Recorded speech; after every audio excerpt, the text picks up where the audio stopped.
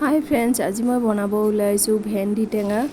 ভেন্দি টেঙা খাইছেনে আপোনালোকে? এনেকৈ বনাই যদি খোৱা নাই এবাৰ খাই চাব দেই। আৰু মোৰ ভিডিঅ'টো পুৰাকৈ চাব, স্কিপ নকৰাকৈ, তেতিয়া গম পাব মই ভেন্দি টেঙাটো কেনেকৈ বনালোঁ।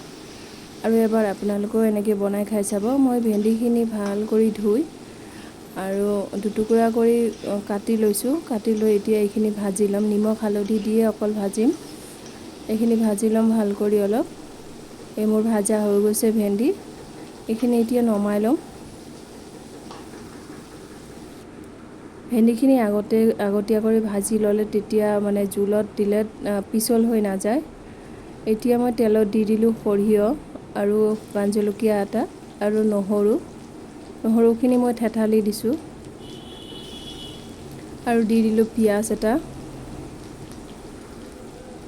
আৰু দিলোঁ কেঁচা জলকীয়া। এইখিনি এতিয়া মই ভাজি ল'ম। তাৰপিছত ইয়াতে দি দিম এতিয়া মই মেষ্টা টেঙাখিনি মই কাটি দিছোঁ। এইখিনিৰ লগত মই লাৰি ভাল কৰি ভাজি ল'ম অলপ মেষ্টা টেঙাখিনি।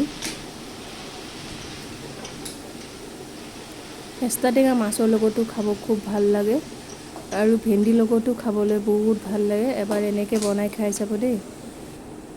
আৰু ইয়াতে দিলোঁ নিমখ হালধি, বাছ আৰু একো নিদিওঁ ইয়াতে।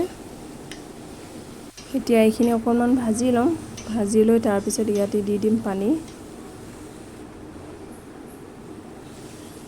দি দিলোঁ মই ইয়াতে পানী এয়া। আৰু টেঙা জোল খাম যিহেতু, সেইকাৰণে অকণমান পাতলকৈ খাম, ডাঠ কৰি নিদিওঁ টেঙা জোলখিনি। এতিয়া পানীখিনি জোলখিনি উতলাত দি দিলোঁ ভেন্দিখিনি।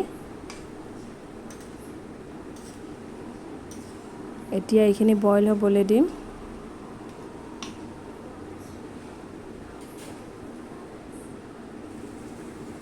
এয়া বইল হোৱাৰ পিছত মোৰ এয়া ভেন্দি চব্জি ৰেডি। এতিয়া আমি চবেই ভাত খাব বহিম। আজি বনালোঁ মই চিংৰি মাছ মানে মিছা মাছৰ চচ্চড়ি আৰু পিঁয়াজেদি চচ্চড়ি অলপ ডাঠ কৰি বনালোঁ। আৰু এয়া টেঙা জোল বনালোঁ। তো আজি টেঙা জোলৰ ৰেচিপিটো কেনেকুৱা লাগিল জনাব। কমেণ্ট কৰি ভাল লাগিলে লাইক, শ্বেয়াৰ, কমেণ্ট আৰু ছাবস্ক্ৰাইবো কৰি দিব। আজিলৈকে ইমানেই ৰেচিপিটো। Bye bye.